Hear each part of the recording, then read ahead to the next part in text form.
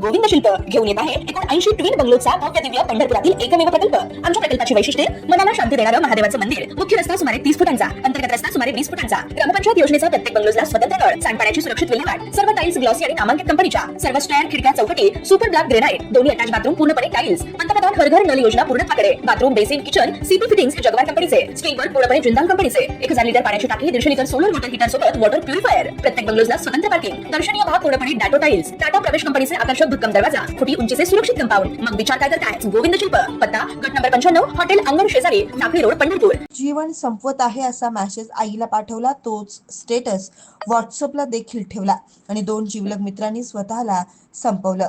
Chhatrapati संभाजीनगरमधील Bidkin DMIC परिसरात ही धक्कादायक घटना घडली आहे। गणेश काकासाहेब झिरपे वय वर्ष 23 आणि सचिन भगीरथ आरगडे वय वर्ष 29 अशी मृतांची नावे आहेत।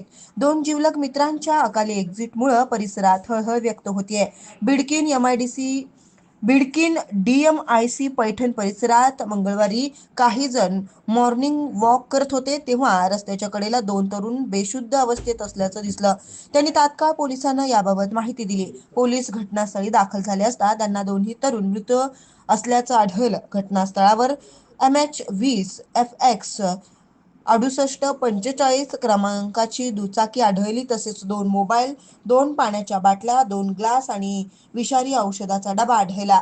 मृतांची ओळख पटवण्यात पोलिसांना यश आलं। बिडकीनच्या सूर्य उद्योग नगर येथील गणेश झिरपे आणि मूळचा जालन्यातील धनगर पिंपरीचा सचिन आरगडे या जिवलग मित्रांचे हे 2 मृतदेह असल्याचं पुढे आलं। पोलिसांनी पंचनामा केला आणि दोन्ही मृतदेह शवविच्छेदनासाठी शासकीय रुग्णालयात पाठवले।